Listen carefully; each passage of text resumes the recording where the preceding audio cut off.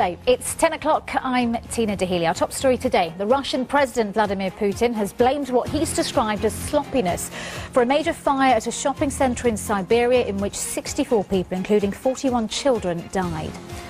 In an exclusive report, we've learned that more than half of police forces in England and Wales are now routinely downloading the contents of people's mobiles during investigations. Should it be allowed? We need something very specific on this that says when you can do it, when you should delete it, and that people are informed of their rights, not that you've been arrested so you should just expect that your phone's extracted.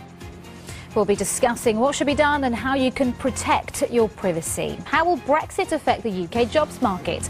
A new report out this morning will also detail how that should shape future immigration policies, and how one hoot of an idea went horribly wrong for one couple when a ring-bearing owl had other ideas, creating chaos at their wedding ceremony.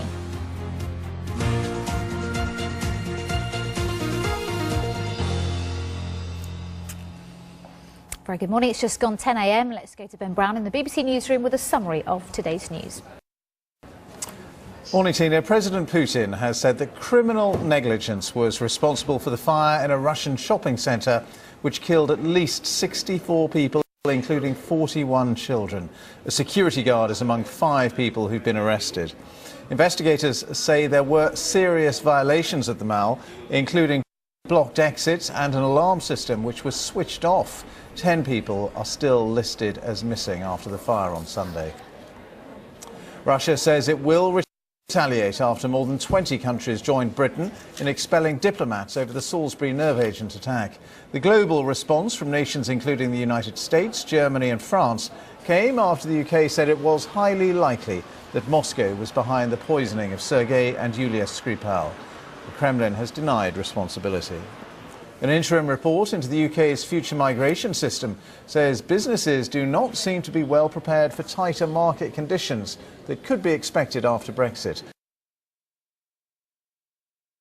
The Migration Advisory Committee says business and other organisations are fearful about the prospect of restrictions on the ability to recruit workers from the EU.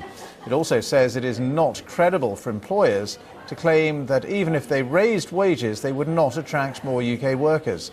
The review will help the government draw up an immigration bill as part of expected changes to the system when Britain leaves the EU. Jeremy Corbyn is seeking an urgent meeting with Jewish leaders to discuss anti-Semitism in the Labour Party. Last night, the Labour leader issued a new apology ahead of a public protest in Westminster demanding action. Several of the party's own MPs also took part in the protest. The Shadow Business Secretary, Rebecca Long-Bailey, says the party does acknowledge the scale of the problem. Facebook have confirmed they will send a senior executive to give evidence before the Digital Culture, Media and Sports Committee investigation into the rise of fake news. It comes as the whistleblower at the centre of the Facebook data scandal is due to appear before MPs later on this morning. Christopher Wylie has alleged that Cambridge Analytica harvested details of 50 million users on the social networking site. The company denies any wrongdoing. Media reports are suggesting a senior official from North Korea, possibly even its leader Kim Jong-un, is currently visiting China. These pictures, filmed by the BBC, show a motorcade of vehicles entering Beijing Station. There's been no official response to the reports, and they've not been covered by Chinese or North Korean state media. But if the visit is underway, it would be a significant diplomatic development. Police investigating the disappearance of Madeleine McCann are to get more money for their search. The Home Office says it will provide the Metropolitan Police with further funding. The 3-year-old vanished from the family's holiday apartment in the Algarve in May 2007. A report looking at the response to last year's Manchester terror attack will be published at midday today. The independent review was commissioned by the Mayor of Greater Manchester, and it's taken evidence on how emergency services reacted, how the media reported events, and how the families of the victims were treated. 22 people died in the explosion last May. That is a summary of our latest BBC News. More from me at 10:30. Ben, thank you very much. Do get in touch with us throughout the morning. You can use the hashtag #VictoriaLive, and if you text, you'll be charged at the standard network rate. It's time to get some more sport now with Will. Hello, Tina. The ball tampering scandal is showing no signs of going away, with reports today that Australia's coach Darren Lehmann will hand in his resignation. Batsman Cameron Bancroft admits he tampered with the ball during this week's Test defeat in South Africa. Captain Steve Smith, who knew about the plan in advance, has been banned for one Test. He's also stood down as skipper of his Indian Premier League team. Well, now footage has emerged of Bancroft acting sheepishly, as you can see here, while making a cup of tea during the 5th Ashes Test in Sydney, where he appears to pour sugar into his pocket. Smith insists the incident against South Africa was the first time they've been guilty of ball tampering, but former England captain Michael Vaughan isn't convinced. I've got to be honest, I can't think that Cam Bancroft was told to go out there with a piece of tape for a reason that they've not tried it before. I can't think that that's come up with over lunch in Cape Town. Someone's going, you know what, Cam, get some tape, we'll get some dirt on it and it'll create a bit of sandpaper, rough at one side, it'll start to reverse swing. I can't believe that this hasn't happened before. To football, and England play Italy in a friendly tonight at Wembley as they finalise their preparation for the World Cup in Russia. Raheem Sterling's calling on fans to show the team a bit more love, saying there's sometimes too much negativity felt by the players. England boss Gareth Southgate has until mid-May to name his provisional squad, but he's expected to settle on his final 23 before his remaining 2 friendlies in June. He says those who don't feature against Italy this evening could still make the squad. I don't think it's too late for anybody. It's obviously more difficult because there's a couple of guys that have been in squads, haven't had the chance to play for us. But yeah, we'll still be monitoring everybody between now and the end of the season, because there's probably a squad of, I said the other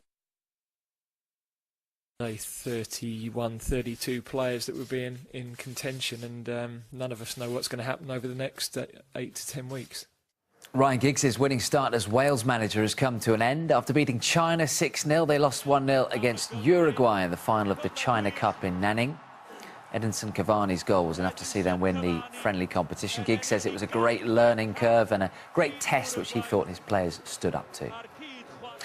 And back in the hot seat as Scotland head coach, Alex McLeish says he'll select a more experienced side away to Hungary tonight than the one that lost to Costa Rica on Friday. And British #1 Johanna Konta is still struggling with her game. She's out of the Miami Open tennis, where she was the defending champion there. Konta won the opening set against Venus Williams, but after that she only managed to win 3 more games, needing treatment for a back spasm as well during their 4th round match. She said you have to appreciate players like Williams who fight for every single point. That's all the sport for now. Tina will have the headlines for you at 10:30. See you then. Thanks, Will. Now, if you need a warrant to search a house, you should also need one to search a phone. That's what the campaign group Privacy International are calling for.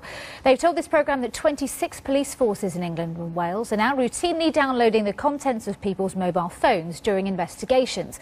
We'll be discussing this in just a moment, but first here's a short clip of Catherine Nye's report we played you earlier.